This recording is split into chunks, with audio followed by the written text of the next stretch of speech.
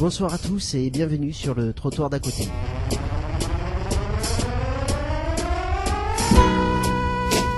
Peut-on parler sereinement de l'immigration ? La séquence électorale qui vient de se dérouler démontre une nouvelle fois que cela n'est pas une évidence. La peur du grand remplacement occupe les esprits et rares sont les voix qui osent sortir du discours répressif. À l'heure de la crise et du chômage perpétuel, difficile de sortir du rang. C'est pourtant la quête de notre invité. Faite de chiffres et d'humanité, sa démonstration ouvre à un autre regard sur l'immigration et démontre l'inefficacité économique et la dangerosité sociale des politiques agressives et restrictives en matière d'immigration. Pour son travail sur le coût économique de l'immigration, Elmoub Moud, professeur d'économie à l'université Paris-Dauphine, est l'invité de cette émission. Émission durant laquelle vous retrouverez le Je lui dire de Julien Pernaut, la chronique de Dominique de Péchem, le carnet sonore d'Hervé Laude, à la technique et à la réalisation Nathalie Aubry, Christophe Roqueplan et Julien Pernaut. Depuis l'EDSUP à Paris et en public, c'est le trottoir d'à côté d'émission.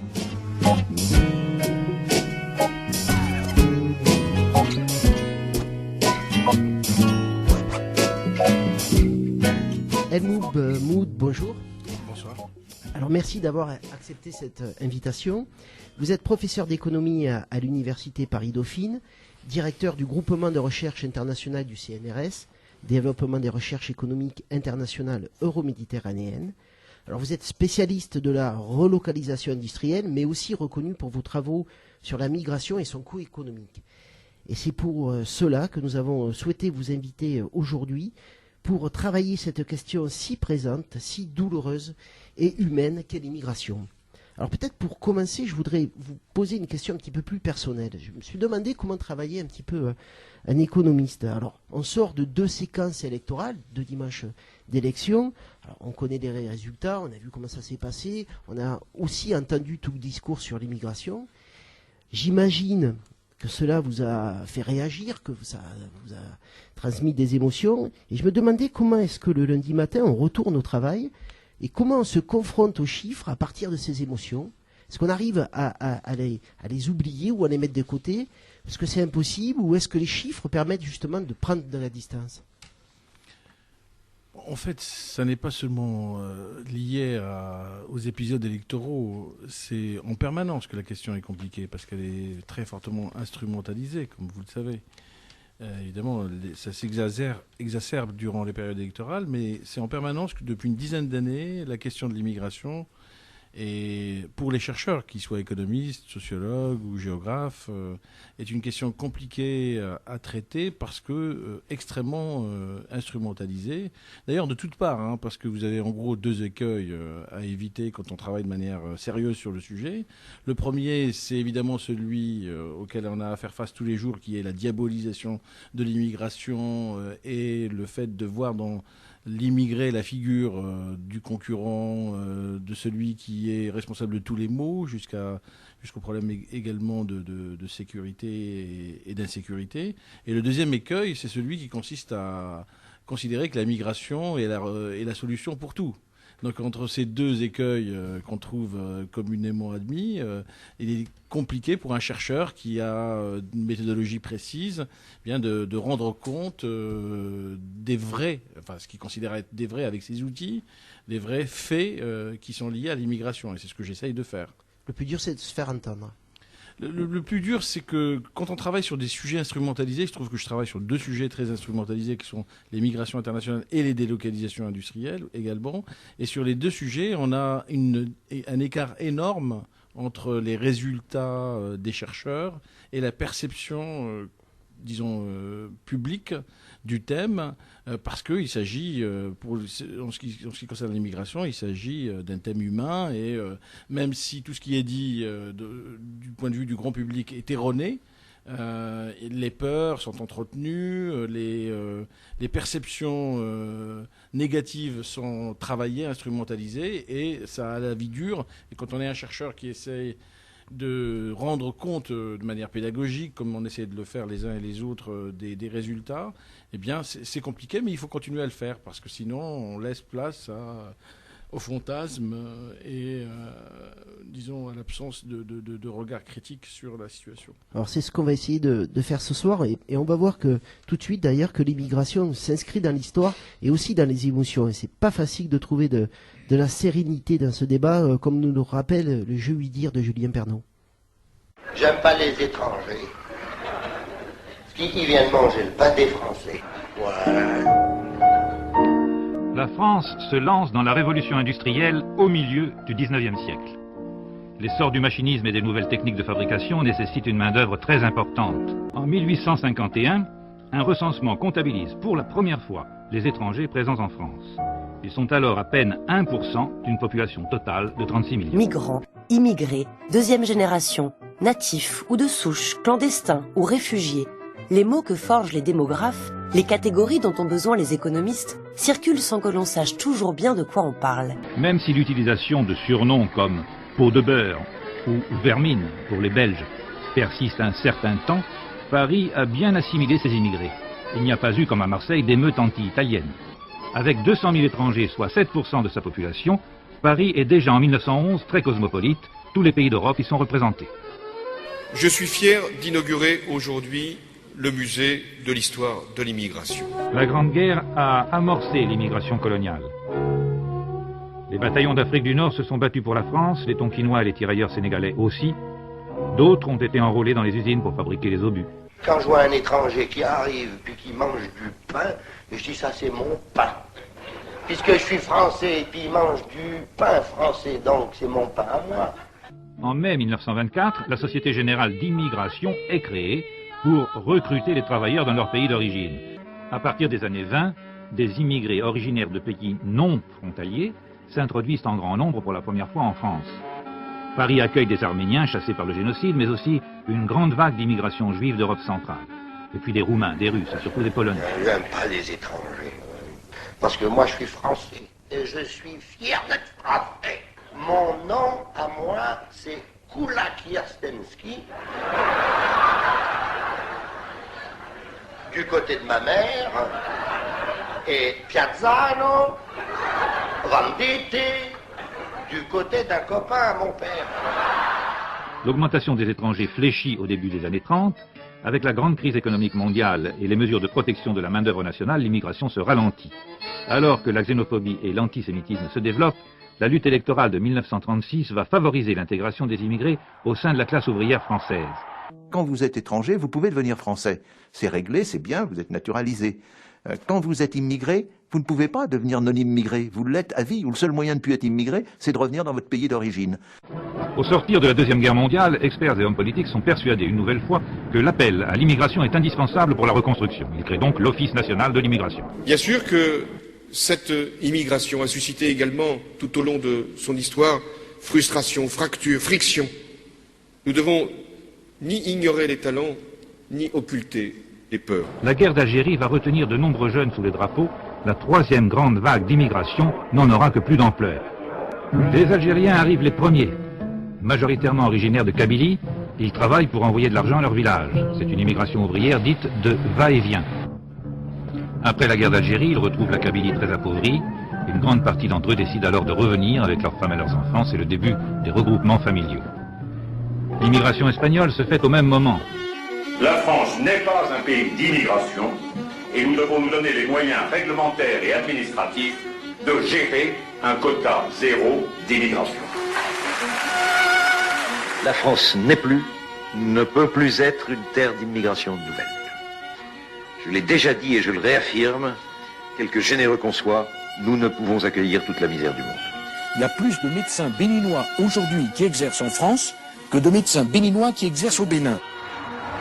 On a basculé d'une immigration du travail vers une immigration du social, dans lequel on a de plus en plus d'étrangers qui viennent en France uniquement pour bénéficier de prestations sociales qu'on offre très généreusement. Comment allez-vous gérer le problème des déficits alors que l'immigration coûte des milliards à la France? Un excédent de 12 milliards par an dans l'immigration, étude de l'Université de Lille. Alors il faut la doubler, madame, comme ça il y aura 24 milliards de bénéfices. En un demi-siècle, l'immigration a changé de nature, mais elle n'a jamais cessé d'être désignée comme un problème économique.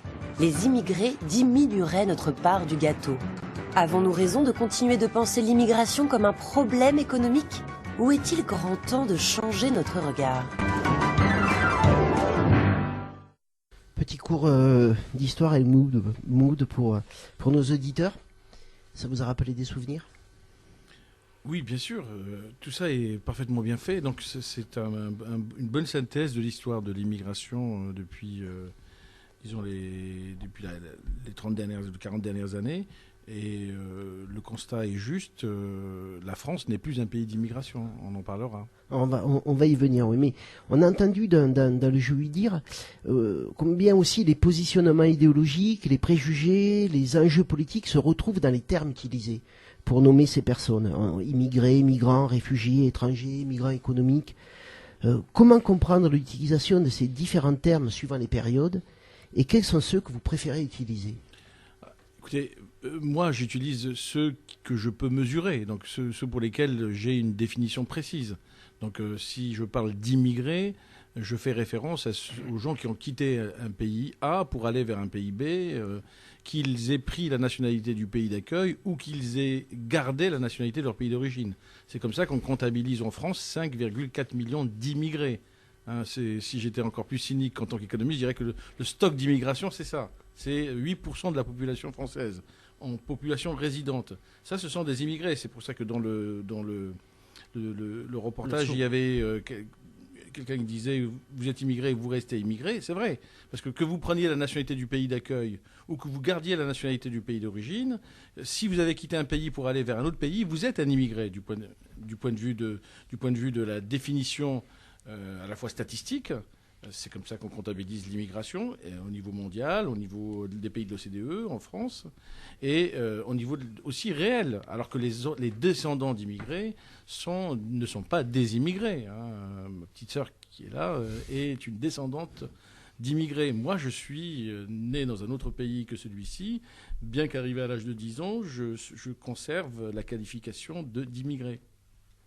Hervé ? Oui, alors justement, ce qui m'intrigue, et vous l'avez un petit peu expliqué sur l'instrumentalisation, mais peut-être peut-on préciser, c'est la concomitance actuelle d'informations que vous et d'autres produisez, qui sont très fines, qui catégorisent. Il y a eu un travail, notamment sur les migrations intra-européennes, qui distingue 5, 6, voire pas loin de 10 typologies différentes, très fines, entre les gens qui partent qu'une fois ou qui partent plusieurs fois, qui sont extra-communautaires ou qui ne l'étaient pas au départ, etc. La concomitance entre ça et la complexité, pas la complication, mais la complexité que ça implique, et les typologies de migrants qui, pour le coup, servent comme raccourci aujourd'hui dans le débat public et médiatique. Comment expliquer les deux, c'est-à-dire il ne s'agit pas d'être dans un pays où on occulte le savoir, on peut vous entendre aussi, mais malgré tout, il reste à la surface des choses des raccourcis. Oui, parce que c'est un sujet, comme je le disais tout à l'heure, instrumentalisé. Donc si vous prenez la phrase de François Hollande lorsqu'il intervient pour inaugurer le musée de l'immigration, il dit « ni ignorer les talents, ni occulter les peurs ». C'est déjà une façon de définir le rapport qu'on a à l'immigration. Ça veut dire clairement, ça résume parfaitement bien la politique d'immigration française, qui est une politique qui est supposée finalement envoyer un message à la population, un message qui est populiste ici, puisque du coup on fait une distinction entre les bons immigrés, ceux qui sont les talents et pour lesquels on souhaiterait qu'ils viennent en petite dose. On a une carte d'ailleurs qui a été inaugurée par le gouvernement précédent et qui essaye de faire venir des gens pour une durée de 3 ans renouvelable lorsqu'ils sont des talents. Et puis ça ne marche pas très bien d'ailleurs. Les gens des talents ne viennent pas nécessairement dans un pays qui est agressif à l'égard de l'immigration en général. Et puis de l'autre côté, occulter les peurs, c'est une façon aussi de définir l'immigration comme dangereuse, comme les classes dangereuses. En fait, on a l'idée que c'est quelque chose qui pourrait nous apporter que des problèmes. Donc faisons bien la différence entre les bons immigrés et la masse des immigrés qui serait nécessairement mauvaise. Là, c'est une instrumentalisation qui est une parmi d'autres. En réalité, en fait, la question qui est centrale, c'est que les catégories migratoires sont des catégories construites juridiquement Et dans la réalité, les catégories juridiques ne correspondent pas aux catégories sociales et économiques. Par exemple, l'immigration familiale qui est supposée être passive et sur laquelle qu'on essaye de refuser dans la thématique immigration choisie du gouvernement précédent, eh bien, c'est une immigration de travail en réalité. Parce que quand les gens arrivent, ils finissent par trouver un travail, à travailler et à contribuer à la croissance du gâteau national. Et l'immigration de travail, elle est extrêmement minoritaire. Elle est moins de 20 000 personnes par an qui rentrent pour ces motifs. Et c'est une immigration de travail parmi laquelle on comptabilise des étudiants qui vont devenir salariés. Donc, entre les catégories juridiques telles qu'elles sont construites et la réalité sociale et économique des migrations, il y a évidemment un écart. Et c'est le rôle des économistes et aussi des chercheurs en général en sciences sociales que de mettre à la disposition du grand public ces réalités observées. Alors, on va rentrer dans les réalités que vous observez, vous, et je vous propose de le faire d'abord par la chronique de Dominique qui va reprendre un petit peu l'essentiel de vos travaux.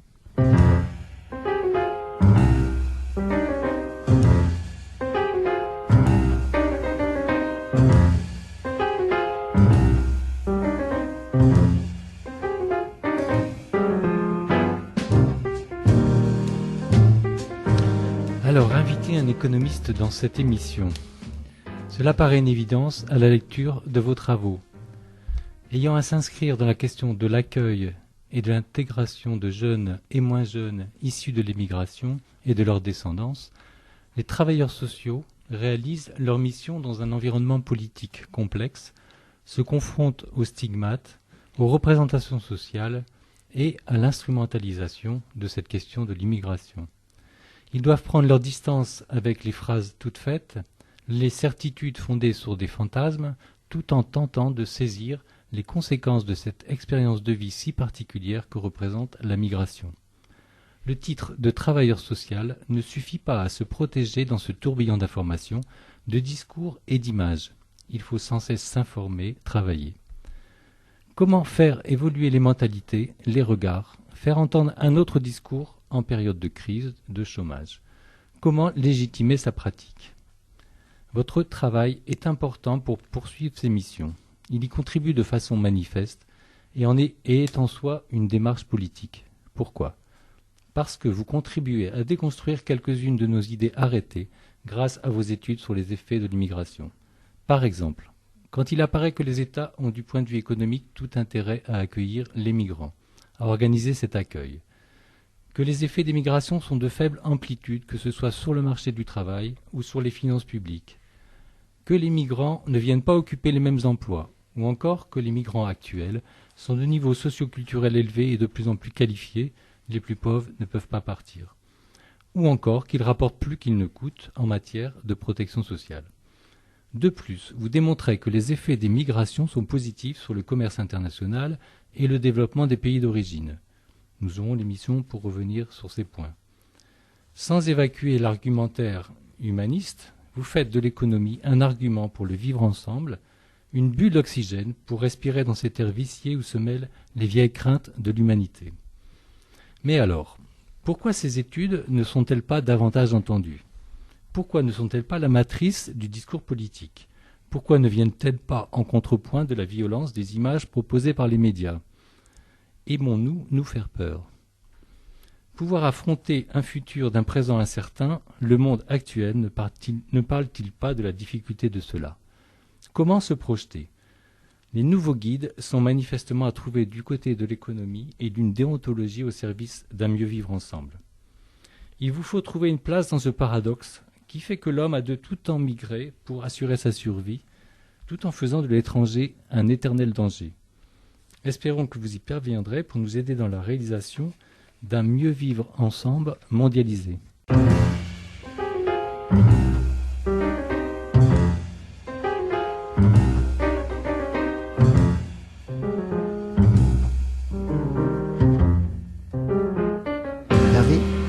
Oui, pour rebondir sur la chronique qu'on vient d'entendre, le fait migratoire effectivement s'inscrit dans un fait historique, enfin dans le long temps.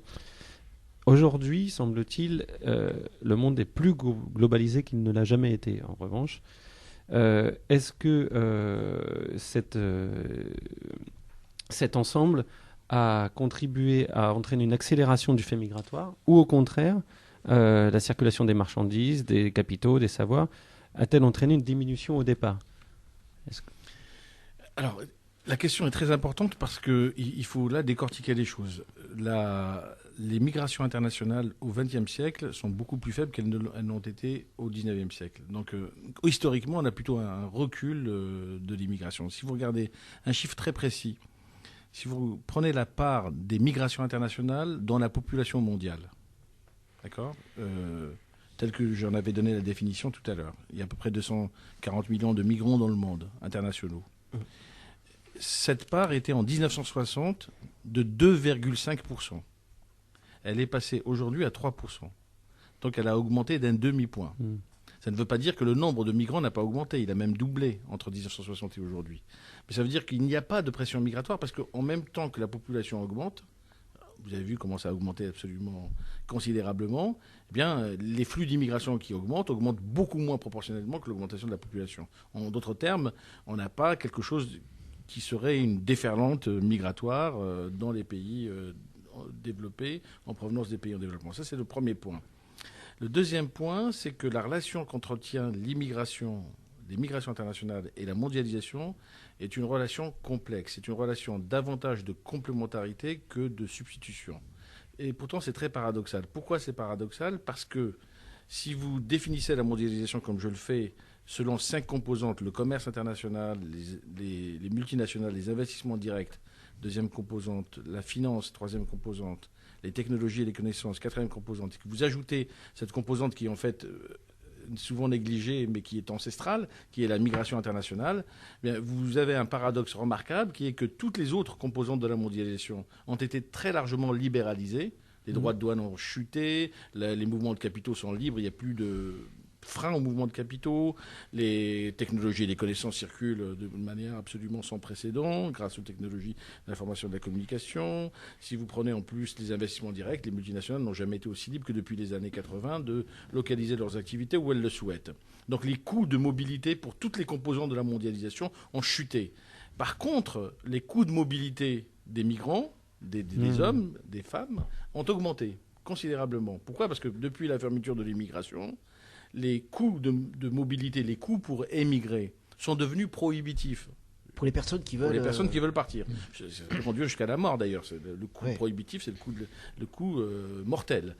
Eh bien, ça, c'est totalement quelque chose d'important parce que c'est la grande différence entre la période fordiste dont on parlait dans le reportage, c'est-à-dire entre les années 60 et les années 70, qui était 50 et les années 70, où on allait chercher cette immigration dans les pays anciennement colonisés. En Kabylie, évidemment, on en a parlé. Et on les sélectionnait pour le fait même qu'ils soient non qualifiés, entre guillemets, c'est-à-dire peu éduqués, de façon à ce qu'ils constituent une main-d'œuvre exploitable. Et les coûts de migration à ce moment-là étaient pris en charge par le pays d'accueil. Et par les entreprises. Et par les entreprises. Et la grande différence, et ça va changer complètement les stratégies de migration et la configuration des migrations, la grande différence, c'est qu'à partir du moment où on a arrêté les flux de migration, on ne les a pas complètement arrêtés, jamais. C'est 74 en France. 74 en France, mais en réalité, il y a toujours eu quand même des flux de migration. Mais à partir du moment où on les a arrêtés, on a transféré les coûts sur les gens. Et donc, qu'est-ce qui s'est produit? Il s'est produit que la configuration, les caractéristiques des gens qui émigrent n'est plus la même. Ceux qui émigrent vont être ceux qui sont plus qualifiés, ceux qui sont plus diplômés, parce que eux, ils peuvent sauter les barrières de la migration, tandis que les peu qualifiés, eh bien, n'émigrent pas ou émigrent très très peu. Et c'est la raison pour laquelle vous avez aujourd'hui une surreprésentation, quelque chose qu'on a du mal à faire comprendre aux gens, là aussi, qui fait partie de ce décalage dont l'un et l'autre vous parliez. On a du mal à faire comprendre aux gens, mais qu'on a une surreprésentation des qualifiés parmi les migrants. Les migrants sont très largement, les flux récents de migration des 15 dernières années sont très largement qualifiés. Et on a une surreprésentation des qualifiés parmi les migrants et on a une surreprésentation des femmes parmi les qualifiés. Parce que les coûts de mobilité pour les femmes sont encore plus élevés que pour les hommes.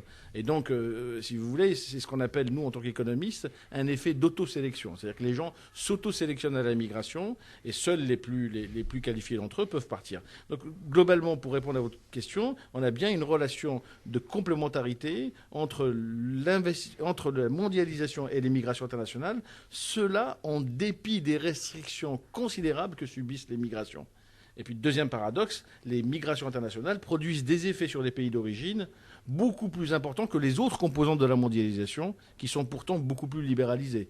Les investissements viennent peu dans les pays en développement, la finance aussi s'y intéresse peu, les connaissances et les technologies, mais vous avez beau avoir un ordinateur, ça ne vient pas non plus, les marchandises, pas beaucoup. En revanche, les flux de transfert des migrants constituent un enjeu et un effet considérable. Vous voyez le paradoxe, c'est la composante la plus restreinte, la moins libre de circuler, mais c'est celle qui a des effets les plus importants sur les pays d'origine et qui entretient des liens de complémentarité avec la mondialisation. C'est ce qui fait dire qu'on a aujourd'hui en France une vieille représentation de l'immigration. On n'a pas encore totalement compris le changement de la population qui arrive sur notre territoire. Oui, tout à fait. Non seulement on l'a pas comprise, mais on reste dans des prisonniers de schémas tout à fait traditionnels. Alors là, pour des raisons qui sont des raisons difficiles à décortiquer, mais qui sont aussi liées à la nature du regard de la France sur cette immigration qui provient de ces anciennes colonies. Alors, peut-être précisément justement pour se représenter le phénomène migratoire, est-ce que vous pouvez nous donner une idée de la façon dont ça circule aujourd'hui dans le monde? C'est-à-dire quels sont les pays d'où part une immigration? Quels sont les pays qui les accueillent principalement? Est-ce qu'on a une idée de cela? Alors, on a une idée très précise maintenant, parce qu'on a des bases de données qui nous permettent de travailler de manière précise sur ces problèmes de migration, beaucoup plus qu'il y a une dizaine d'années. Donc, si vous voulez, pour savoir quels sont les pays qui envoient le plus de migrants, vous calculez quelque chose de très simple, qui est un taux d'expatriation ou un taux d'émigration. C'est-à-dire, vous regardez la part des Maliens qui sont partis sur la population malienne, et vous avez un taux d'expatriation global, un taux d'émigration. Alors, quand vous calculez ce taux d'émigration, vous allez trouver un paradoxe qui absolument contredit totalement la phrase de Michel Rocard, même si c'est que la partie de la phrase. On reçoit toute la misère du monde. Pourquoi? Eh bien, parce qu'en fait, le taux d'expatriation des pays les plus pauvres, ceux que la Banque mondiale qualifie comme des pays à revenus bas, en termes de PIB par habitant, produit intérieur brut par habitant, eh bien, ceux-là sont les pays qui ont les taux d'expatriation les plus faibles. Ils sont extrêmement faibles. Pour les raisons dont on a parlé tout à l'heure, ils n'ont pas les moyens d'émigrer. En revanche, le taux d'expatriation devient très élevé lorsqu'on aboutit, lorsqu'on touche des pays qui sont des pays à revenus intermédiaires, pour la Chine, l'Inde, etc. Et enfin, quand le pays rattrape les États-Unis, rattrape les pays développés, eh bien, il devient un pays d'immigration. Donc on a une espèce de courbe en cloche comme ça. Plus on est pauvre, moins on envoie d'immigrés. Plus on est des pays à revenus intermédiaires, plus on en envoie. Et plus on est un pays développé, moins, finalement, on en envoie également. Le solde migratoire s'inverse. Ça, c'est très difficile à expliquer aux gens parce qu'on a cette perception de la misère du monde. Et deuxième point essentiel, c'est que si vous décortiquez ce taux d'expatriation, cette fois-ci, vous le décomposez par niveau de qualification. Et là, vous avez exactement l'inverse. C'est-à-dire que plus vous êtes un pays pauvre, plus vous allez envoyer relativement plus de qualifiés par rapport à votre population qualifiée. Donc tout à l'heure, dans la phrase du reportage, il y a plus de médecins béninois en France qu'au Bénin. C'est vrai. Pourquoi? Parce que plus vous êtes un pays en développement à bas revenus, plus la part de votre population qualifiée, diplômée, et en plus quand c'est des médecins, des infirmières, etc., dans la population qualifiée du pays de départ, est très élevé. Haïti, c'est 80% de taux d'expatriation de qualifiés. Par contre, si vous prenez l'Inde ou la Chine, c'est 7-8% de taux d'expatriation de qualifiés. Donc, en fait, tout le monde ne subit pas la fuite des cerveaux. Ceux qui subissent le plus la fuite des cerveaux, c'est les pays pauvres. Non seulement ils envoient relativement moins d'immigrés, mais en plus, ils envoient les plus qualifiés d'entre eux. Donc, en fait, ceux-là dépassent le seuil qui vont perdre à leur insertion internationale par les migrations. De plus, Jackie Fayol, dans un article où il parlait un peu des idées non reçues sur l'immigration, pointait aussi, et ça je trouve que pour les éducateurs, les gens qui accueillent, il y a une dimension, c'est-à-dire qu'il peut y avoir des gens qui arrivent et qui sont objectivement, financièrement pauvres, mais en fait les raisons de leur pauvreté sont l'incapacité à mettre en œuvre leur diplôme, etc., dans leur pays d'origine, pour des raisons parfois politiques, etc. Mais en fait, ils ont un capital culturel et éducatif tout à fait étayé. Donc la façon de les accueillir est effectivement, même en termes, sans parler d'économie, en termes de richesse culturelle, personnelle, de fondements familiaux, etc., et pas du tout la même que d'accueillir des gens qui, au-delà de ce qu'ils ont dans leur porte-monnaie, seraient des gens avec des parcours très fracassés, etc. Oui, tout à fait, vous avez absolument raison. En fait, ces migrants, c'est des gens qui, on l'a dit tout à l'heure, qui s'auto-sélectionnent. Donc, c'est des gens qui prennent énormément de risques, qui vont subir des coûts énormes, des coûts de migration. mais aussi des coûts psychiques. Donc ils vont passer des coûts d'adaptation. Et donc probablement que, comparé à quelqu'un qui n'a jamais bougé, leur productivité est déjà en soi, du fait qu'ils soient un émigrant, beaucoup plus élevée. Après, le problème est que la reconnaissance des diplômes, la reconnaissance des qualifications est faible. Et donc les gens, quand ils arrivent, ils sont déclassés sur le marché du travail. Ce déclassement, c'est quelque chose contre lequel on peut lutter. Et nous avons fait des propositions là-dessus. Il faut s'intéresser à la manière dont on accueille, parce que c'est gagnant pour le pays d'accueil, c'est gagnant pour le migrant, et c'est gagnant aussi pour le pays d'origine si on règle ce problème de déclassement. En d'autres termes, il y a des possibilités d'améliorer l'arrivée de ces migrants avec un peu de formation, avec un peu de reconnaissance des diplômes, etc. On peut faire en sorte qu'ils ne soient pas déclassés dans des emplois sous-qualifiés qui ne correspondent pas à leur niveau de compétence. Et cela se voit tous les jours quand vous prenez un taxi ou quand vous allez dans un bar, à l'hôpital public. Ou à l'hôpital public, vous avez ces processus de déclassification. Alors, ce qu'on sait aussi en tant qu'économiste, c'est que ce problème du déclassement sur le marché du travail est beaucoup plus élevé, plus important dans les pays européens comme la France qu'aux États-Unis, par exemple, ou au Canada, parce que la sélection est beaucoup plus faite en amont par ces pays-là. Et quand les gens arrivent, eh bien, ils arrivent avec des conditions d'accueil, une fois qu'ils sont sélectionnés, beaucoup bien meilleures. Par exemple, au Canada ou aux États-Unis, on va leur donner une perspective d'insertion dans 5 ans, une naturalisation, des choses comme ça. Donc des perspectives qui font qu'ils vont s'insérer beaucoup plus rapidement sur le marché du travail. Toute une stratégie d'accueil. Helmoud Moud, s'il vous plaît, attarde-nous un instant sur la situation française. Alors la France se perçoit toujours, quitte à se faire un peu peur, comme une terre d'accueil. Or, la réalité n'est pas tout à fait à l'unisson de cette image. Vous dites que non, le mythe de la terre d'accueil est terminé. Oui, alors c'est pour ça qu'il faut là aussi être pédagogique. Si je regarde en stock, c'est-à-dire en population résidente, je vous ai donné le chiffre, hein, c'est 8%.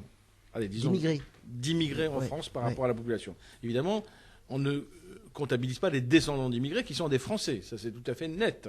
Que ce soit aux États-Unis ou en France, on ne comptabilise pas les descendants.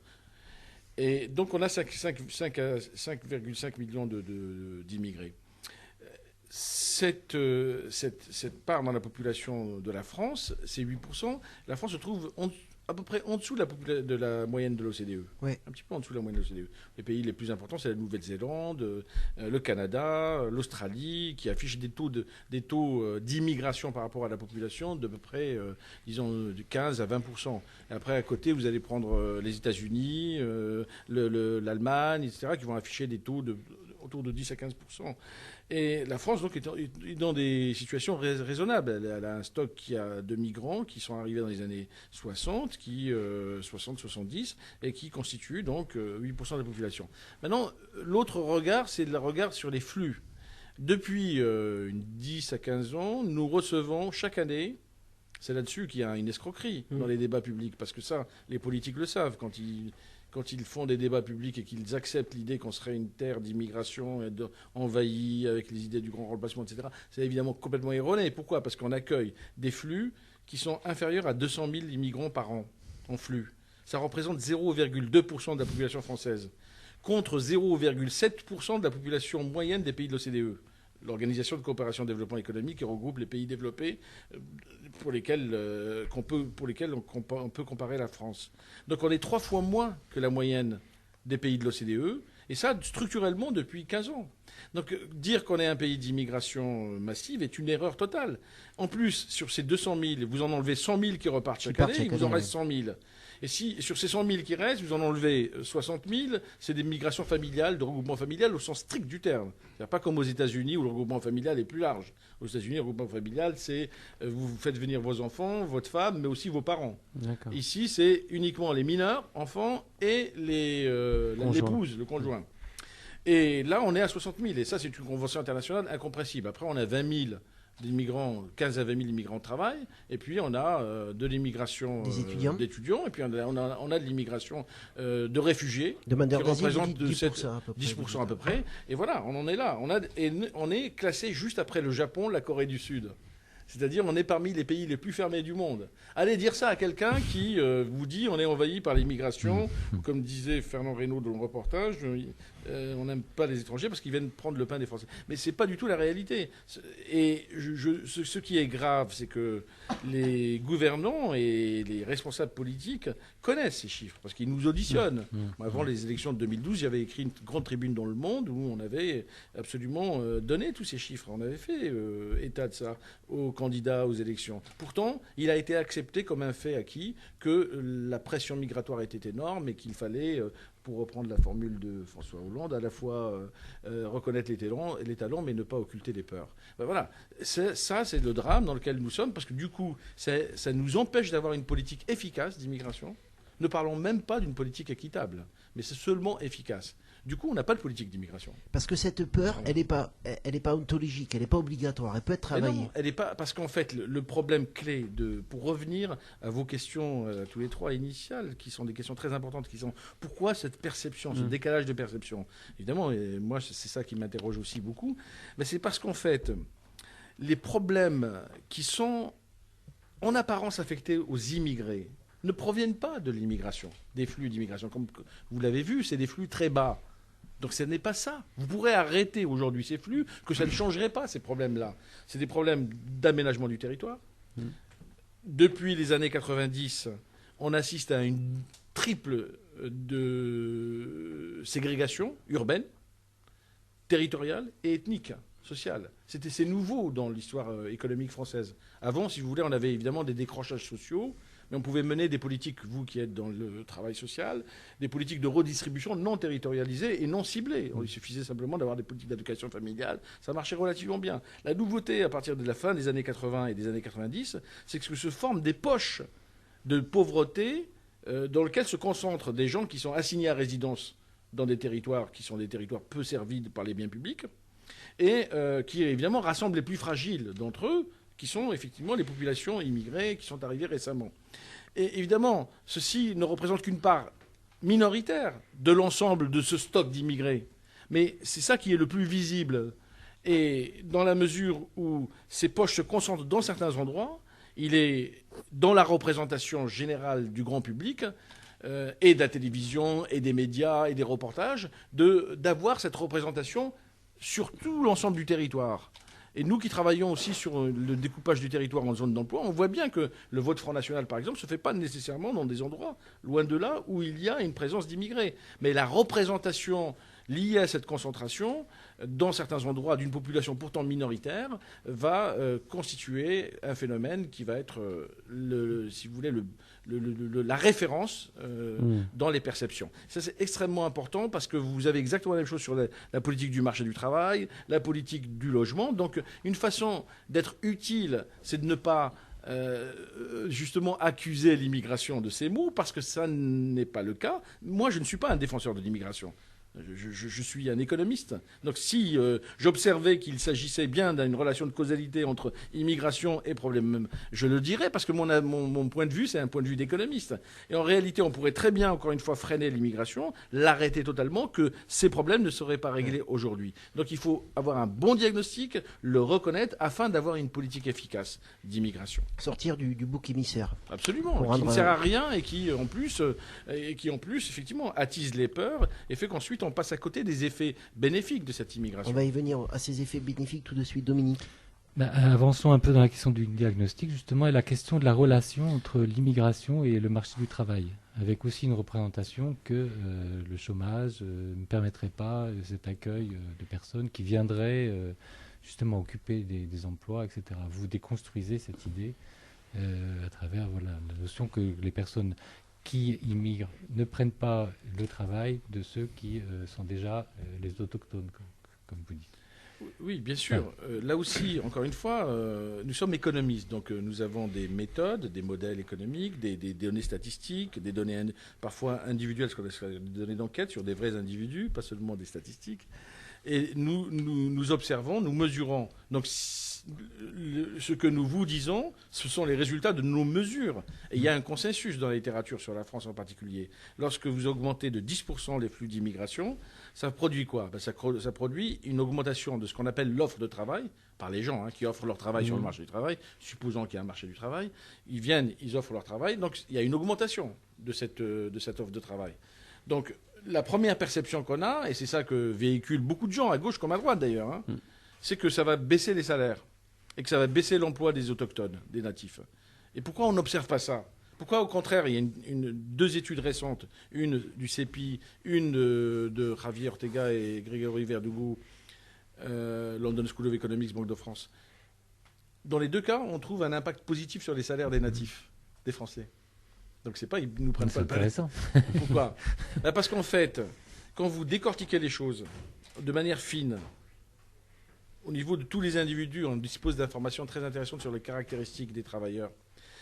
Les migrants qui arrivent vont pousser les natifs à aller vers des tâches plus élaborées, même pour le travail ouvrier. Donc des tâches de la connaissance, de la coordination, etc., et mieux rémunérées. Donc ça explique une légère augmentation des salaires des natifs. Et en revanche, ils vont concurrencer plutôt les vagues anciennes d'immigration. Donc tout se passe comme si c'est là où il y a tension. Ils se concurrencent entre eux.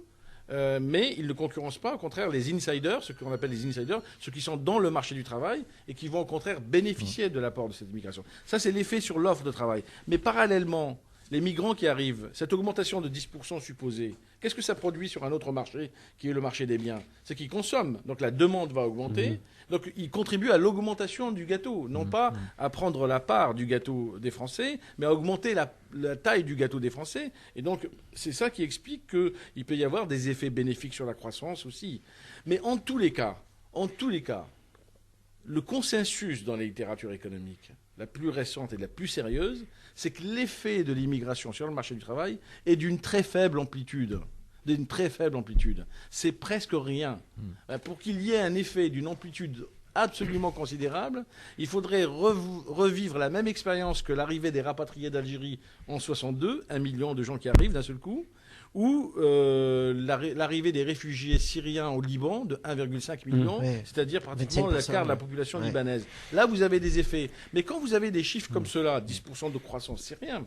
Donc, il n'y a pas d'effet d'une amplitude importante. Les effets sur le marché du travail sont plutôt positifs, mais dans certaines professions, ils peuvent être aussi négatifs. Il ne faut pas non plus il peut y avoir des discours. tensions. Il peut y avoir dans le marché, dans certains secteurs, des secteurs où il n'y a pas beaucoup de concurrence, par exemple le bâtiment, les travaux publics.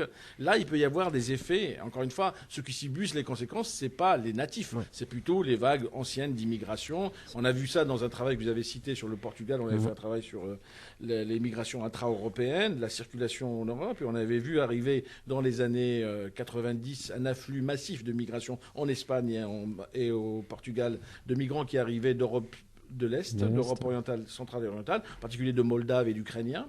800 000 Ukrainiens arrivés dans les deux pays en très peu de temps. Ce qui s'est produit, c'est que les Moldaves et les Ukrainiens arrivés au Portugal ne concurrençaient pas les travailleurs portugais, mais les travailleurs capverdiens. C'est-à-dire qu'en fait, il y a un effet de substitution quand on occupe les mêmes tâches, les mêmes emplois. Mais si on arrive en complémentarité avec les autochtones, alors on n'a pas de raison, au contraire, d'avoir des effets négatifs. Et l'une des formules que je donne toujours pour un peu simplifier le débat et le discours, c'est de dire demandez à n'importe qui de manipuler un marteau-piqueur dans le bâtiment. Et vous verrez qu'il y a très peu de gens qui sont capables d'accepter, parce qu'ils ont des besoins, de manipuler des marteaux-piqueurs toute la journée. Mais est-ce que le fait que les personnes qui émigrent sont de plus en plus diplômés, est-ce que ça peut faire évoluer ça? Est-ce qu'ils peuvent venir en concurrence avec des emplois de meilleure qualité? Ou est-ce qu'il y a obligatoirement une dévalorisation des diplômes? Non, parce que les plus diplômés et les plus qualifiés arrivent dans des endroits où il y a des pénuries de main-d'œuvre, des difficultés de recrutement. Donc là aussi, ils ne vont pas être en concurrence, puisque le gros problème, si vous voulez, du marché du travail, le marché du travail, c'est compliqué. Parce que c'est pour ça qu'il y a aussi un hiatus avec le grand public. Quand vous avez un taux de chômage de 12%, 10%, les gens pensent qu'il suffirait d'arrêter l'immigration et à ce moment-là, ça baisserait le taux de chômage. Pas du tout. Pourquoi? Parce que si vous découpez encore la France en zones d'emploi, en bassins d'emploi, qu'est-ce que vous observez? Vous observez que vous avez 40% des zones d'emploi, des territoires, qui sont en difficulté de recrutement, qui cherchent des gens et qui les trouvent Qui pas. les trouvent pas. Bah, ça c'est connu. Enfin, vous les voyez probablement tous les jours. Pourquoi? Parce que c'est compliqué un marché du travail. Hein. C'est pas un marché de tomates. C'est compliqué. Il y a des gens qui viennent. Il y a la question des salaires, il y a la question des compétences, etc. Et on a à peu près 10 à 15% de ces zones d'emploi qui sont en chômage de masse, verrouillées sur place. Comme il n'y a pas de mobilité du travail entre les régions, lorsqu'arrivent les immigrants, ils remplissent un besoin que ne remplissent pas les autochtones. Et là aussi, ils peuvent non seulement remplir des besoins en matière de pénurie de main-d'œuvre dans certains secteurs, mais aussi dans certaines régions, de plus en plus. Et on le voit d'ailleurs avec les réfugiés qui arrivent en ce moment. C'est des gens qui, eux, sont beaucoup plus dispersés dans les régions et vont aller dans des régions où on a des difficultés de recrutement. Alors, autre idée reçue, on l'aborde assez rapidement, c'est la question des finances publiques et puis ces immigrés qui viendraient consommer les prestations sociales. Là aussi, vous dites que non, sur le long terme, il n'y a pas, pas d'excès à ce niveau-là. Là aussi, on est sur des très faibles amplitudes, d'une part, et puis on est sur des paradoxes. Voilà. Si vous prenez les travaux les plus récents, qui sont les plus sérieux, ceux de mes collègues Xavier Chochniki et Lionel Rago, qui utilisent des modélisations très très précises, qu'est-ce qu'ils observent? Ils observent que dans les périodes de croissance, la contribution des immigrés aux finances publiques est plutôt positive, excédentaire. Ils contribuent, si vous voulez, plus qu'ils ne touchent. Voilà. Et dans des périodes de crise, c'est un tout petit peu différent. C'est un tout petit peu légèrement différent, en particulier pour ce qui est de la santé et de la protection sociale. Globalement, sur les longues périodes, l'effet net est positif, légèrement positif sur les finances publiques. Pourquoi? Parce qu'en fait, les immigrés ont cette caractéristique qu'ils sont surreprésentés sur les tranches d'âge en âge de travailler, c'est-à-dire des gens qui ont entre 15, 20 et 60 ans.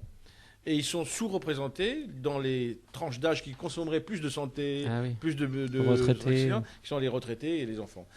Cette surreprésentation fait que leur contribution est nette et positive parce que quand ils travaillent, ils consomment moins de santé, ils sont moins informés, etc. Donc là aussi, l'effet sur les finances publiques est un effet globalement positif, mais encore une fois, il ne s'agit pas d'aller dire, comme cela a été dit, c'est un excédent de 12 milliards, etc. Il faut remettre... Bien sûr qu'il y a des périodes où il y a des excédents de 12 milliards, mais globalement, l'effet quand même central, c'est que ça pèse très très peu, que ce soit en positif ou en négatif, sur les finances publiques. Donc il ne faut pas non plus faire d'angélisme et de défensive, de stratégie défensive un peu absurde qui consisterait à dire l'immigration apporte beaucoup, parce que dans ce cas-là, quand elle n'apportera plus, alors là, il faut les jeter. Donc il y a une espèce de discours qui est...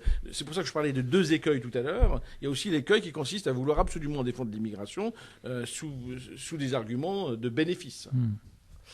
Alors, quoi qu'il en soit, ce départ du pays natal peut se révéler une souffrance ou une expérience de vie traumatique. Je propose d'écouter le témoignage d'un médecin engagé sur cette question. C'est le carnet sonore d'Hervé Laude. Le carnet sonore. Mon carnet, mon dictaphone. Carnet sonore. Décider de ne jamais adhérer à un discours sans faire l'effort de le comprendre. Le carnet sonore. Oui, aujourd'hui, dans le carnet sonore, on va écouter quelques extraits d'un long entretien que m'a accordé le docteur Dutertre, qui est directeur de Parcours d'Exil, qui est un centre de soins, un des plus importants en Europe. Une équipe pluridisciplinaire y mène un travail indispensable de reconstruction pour les hommes, les femmes, les enfants, depuis 20 ans. Leurs actions tournent autour du fait de soigner des personnes victimes d'atteintes aux droits humains, et notamment de torture, de former des professionnels au contact de ces victimes, que ce soit des soignants, des travailleurs sociaux, et d'informer les professionnels, les institutions et le grand public. Par exemple, dans le contexte réglementaire, législatif, essayer de donner un peu des éléments pour faire émerger le soin aux victimes comme un sujet de réflexion des politiques publiques. Donc la première question que je vais poser, c'est qu'après 20 ans d'expérience d'accueil de migrants victimes de torture, est-ce que lui, il peut fonder une forme de définition possible, médicale ou thérapeutique de la migration ? L'exil non choisi est pour moi un traumatisme de plus. C'est un déracinement, c'est un arrachement de son pays, un arrachement de sa famille. Quand la famille suit, la famille est traumatisée du fait qu'elle ne comprend pas grand-chose de tout ça. Enfin, l'époux, le conjoint ou la conjointe comprend pourquoi on s'en va, mais les enfants ne comprennent rien. Moi, j'ai reçu une petite fille tchétchène qui, un jour, je lui demandais ce qu'elle avait ramené du pays. Elle m'a dit rien. On est venu m'emmener de l'école. J'ai même pas pu emmener ma poupée qui est toute seule au pays. Donc vous voyez, la poupée, c'est pas ça qui lui manque le plus. Mais vous voyez que cette espèce d'arrachement immédiat vient rajouter la catastrophe à d'autres catastrophes, si vous voulez. Parcours d'exil, c'est une structure de soins. Hein. Mais comment ce docteur, je vais demander, en médecine générale au départ, articule le soin et le soutien pédagogique? Là, on touche quelque chose qui est très sensible pour moi, parce que pour moi, la médecine n'est pas ce qu'on en fait maintenant. Si j'ai quitté la médecine générale, c'est pour de bonnes raisons. Je pense que la médecine sans psychothérapie n'a aucun sens. Nous, on voit des gens qui sont dans des états psychiques catastrophiques et qu'on soigne sans quasiment de médicaments. Si on faisait le compte de ce qu'on dépense comme médicaments à la Sécu par an, je pense que ce serait assez dérisoire au vu des pathologies qu'on a, si vous voulez. Alors arrivés, les migrants doivent aussi s'orienter dans un méandre de guichet. Je lui ai demandé comment lui il appréhende ça, la multiplicité des intervenants auxquels on fait face quand on est migrant. Ces guichets, comme vous dites, ont un inconvénient quand vous avez été victime de torture, victime de traumatisme grave, c'est que l'une des premières résultantes, la tête est explosée. Dans la tête, où les gens pensent à ça, pensent à autre chose, enfin, ils ont la tête en 1000 morceaux. Et si nous, on ne fait que répéter ça, vous irez me voir après, puis vous irez voir maintenant le masseur pour autre chose, puis vous allez voir un tel pour autre chose, il va voir ailleurs pour autre chose. Ces gens passent leur temps à bourlinguer dans toutes les rues de Paris. Et ça ne fait, pour moi, que reproduire ce sentiment de... Plus rien n'est rassemblé. Il parle beaucoup là des gens qui ont comme motif de départ la torture, le mauvais traitement. Donc je l'ai aussi interrogé sur le fait que cet été, on a vu beaucoup de tentatives de définition entre migration de réfugiés, migration économique, dont le départ serait choisi là pour le coup. Est-ce que dans ses consultations, lui, est-ce qu'il voit apparaître ce type de motif différencié au départ et qu'est-ce qu'il en pense? Je ne suis pas sûr qu'il y ait une vraie notion de choix, vous savez. Comme choisi, ça impose quand même de traverser des déserts, ça impose de se confronter à ces fous furieux qu'il y a sur la côte de Libye, ça impose de se confronter aux bateaux, aux gardes de côte italiens qui ne sont pas forcément tous aussi gentils qu'on peut le dire. Ça impose tout ça, si vous voulez, ça impose ces gamins. J'ai vu un Malien il y a 15 jours qui est passé par Melilla au Maroc. Il a le corps couvert de cicatrices de lame de rasoir des barbelés, si vous voulez. Il est passé au-dessus ils ont marché dessus et il est couvert de cicatrices. Alors, évidemment, on peut dire qu'il a choisi, c'est l'immigration économique, il a choisi de partir. On préfère mettre une espèce de vocable migrant économique, ce qui permet de dire en plus qu'ils viennent manger chez nous, qu'ils viennent nous prendre nos filles, nos compagnes, etc. Hein, quand on vit dans des états de guerre comme ça, où ça pète de tous les côtés sans arrêt. Donc oui, le parcours, on le voit, le parcours d'exil en soi peut amener du trauma, même si au départ l'immigration était à peu près choisie. L'idée aussi, c'est qu'une fois qu'on est là, il y a toute la question de l'obtention d'un statut, le droit à séjourner sur le territoire. Et comment là encore, du côté médical et psychologique, se déclinent ces enjeux de régularisation? Il y a pour moi une impossibilité psychique fondamentale entre ce qu'attendent les autorités en France et ce qui est capable de donner une victime. C'est-à-dire que le traumatisme fait exploser la notion du temps, de cohérence, de logique, etc. Donc, alors à l'inverse, quand quelqu'un est statutaire, loin de moi l'idée de dire que c'est pas bien, ça enlève des angoisses, c'est vrai, il y a plein de tas de choses qui vont mieux, mais immédiatement après arrive un moment de dépression systématique. Il n'y a plus de combat, il n'y a plus de... Ou alors on se dit, tout ce que j'ai vécu, c'était vrai. Je me disais peut-être que c'est pas vrai, mais comme ils l'ont reconnu, c'est que c'est vrai. Enfin, il y a un tas de choses. Je pense qu'il n'y a aucune victime de traumatisme grave pour qui ça se passe sans encombre. Loin de là. C'était le carnet sonore de Hervé Laude. Je vous ai vu réagir et noter le terme de statut. Vous êtes, vous, pour un statut plus long pour les personnes qui arrivent, les personnes immigrées. Comment vous jugez, alors peut-être vous allez nous expliquer ça, mais comment vous jugez la politique française? Je vous ai entendu sur France Culture la qualifier d'incohérente, d'injuste et d'inefficace. Et je vous ai aussi entendu mettre en avant une politique peut-être plus de la mobilité. Qu'est-ce que vous voulez dire là-dedans? Vous me permettez de revenir ensuite sur la définition réfugié et immigré, parce que ça, j'aimerais vous dire quelque chose là-dessus. Mais sur votre question immédiate concernant les statuts, là aussi, ça provient des travaux économiques qui sont faits, que ce soit aux États-Unis ou en Europe. On observe que les migrants qui sont dans des statuts longs, pas précaires, par exemple une carte verte américaine, d'accord, ou disons une carte de 10 ans, ou bien encore mieux, le statut de binational, qu'on fustige aujourd'hui. Ces gens qui sont dans des situations de stabilité dans leur statut prennent beaucoup plus de risques en termes d'investissement. Ils sont plus productifs. Ils investissent dans le pays d'accueil. Ils investissent aussi dans le pays d'origine parce qu'ils savent qu'ils peuvent revenir aisément.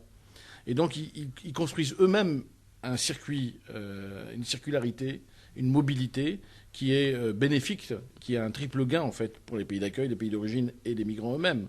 Et donc, la Commission européenne a fait des propositions en ce sens qui consistent à prôner la portabilité des droits des migrants. C'est-à-dire que si vous partez dans votre pays d'origine, vous conservez vos droits. Ainsi, vous aurez plus de facilité pour partir, faire un projet d'entrepreneuriat, parce que vous savez que vous allez revenir. C'est ce que font d'ailleurs les binationaux qui sont entre les deux rives de la Méditerranée. Ils vont et ils reviennent. Ils sont très innovants. Ils créent des projets.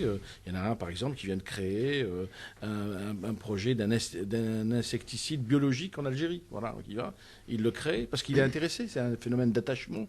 Mais il prend ce risque parce qu'il sait qu'il va revenir quand il veut, qu'il n'est pas précarisé dans ses statuts. Or, ce que l'on observe, c'est que plus les statuts sont des statuts de court terme, 3 mois, 2 mois, 6 mois, plus ils sont précaires, plus le statut le plus précaire étant celui de la personne en situation irrégulière, moins il prend de risques, justement, à la fois pour investir, il rase les murs d'une certaine manière. Et donc, ça, c'est totalement inefficace. Je ne parle même pas d'inéquité sociale ou éthique, je parle d'inefficacité économique. Et ça, c'est ce qu'on appelle les effets, si vous voulez, d'une politique, plus... ce que je disais à propos du Canada, des États-Unis. Une fois qu'on a sélectionné ces gens, pourquoi les mettre en plus dans des situations de kafkaïennes où il faut qu'ils se rendent à la préfecture tous les 3 mois, tous les 6 mois, etc. Ce qui fait, c'est un coût qui s'ajoute au coût de mobilité initiale, au coût psychique dont vous venez de parler, qui est subi par tous les migrants, qu'ils soient économiques ou pas. Donc, c'est la raison pour laquelle je considère que ces politiques de ces 10 dernières années, il y a eu un tout petit peu de progrès récemment, mais pas beaucoup, parce que c'est des politiques schizophrènes qui consistent à vouloir faire plaisir aux élans populistes, en disant on va privilégier les étudiants et les très diplômés, ceux-là c'est les bons immigrés, et puis les autres on va plutôt développer une argumentation très agressive à leur encontre. C'est inefficace, parce que du coup, on n'est pas très attractif pour les très diplômés. Ils partent au Canada et aux États-Unis. Et on fragilise ceux qui sont là.